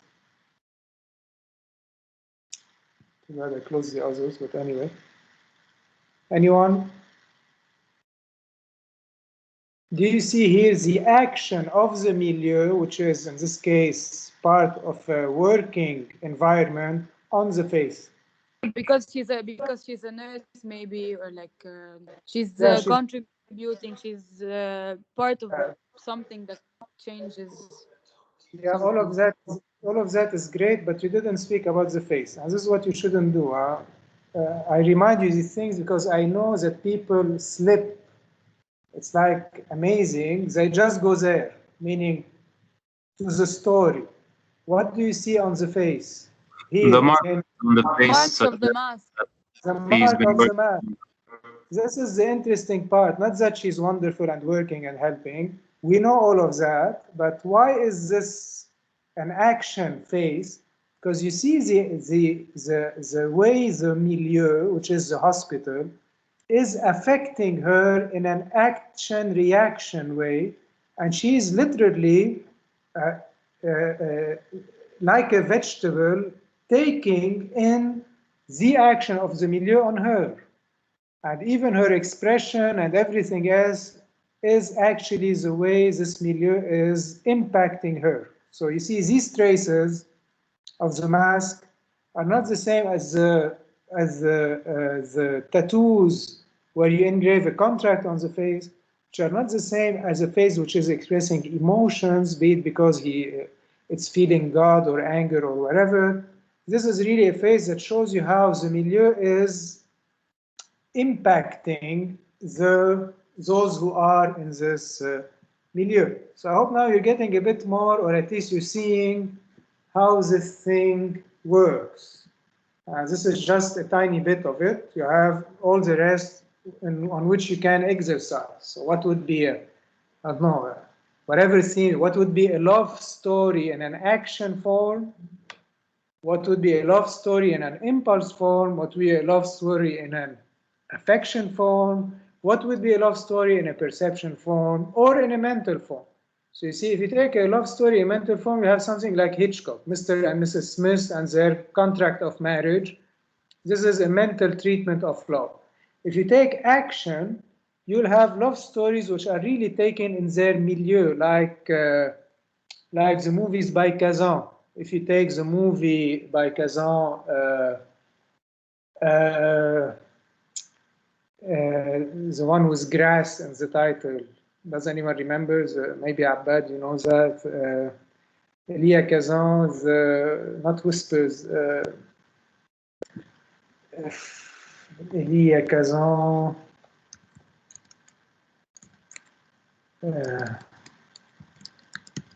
Splendor in the Grass. If you take Splendor in the Grass, you really have a love story where you have the milieu, meaning people, families, the world as we know it, which is going to have an impact on the love story. This is an action treatment.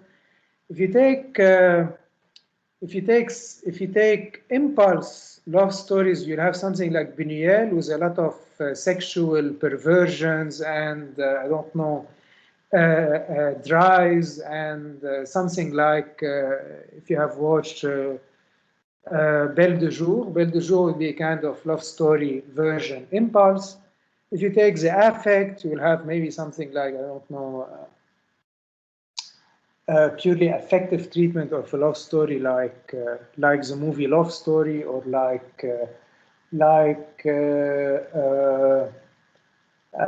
don't have one now that's coming to my mind, but you'll have a purely emotional treatment of the love thing. And if you take perception, you'll have a dissection and analysis of the love story, which is also different. Like you'll have a movie which might be a kind of comedy or romantic comedy, because you are going to dissect all the moments and all the episodes of love. So I hope this is clear for today. Do you have any questions? No, good. Okay. No, thank you. So I send you an email with with what you have to do, and that would be it for today. Thank you for your patience, and see you next. See you next you. time. Anytime. Bye. Bye. Bye.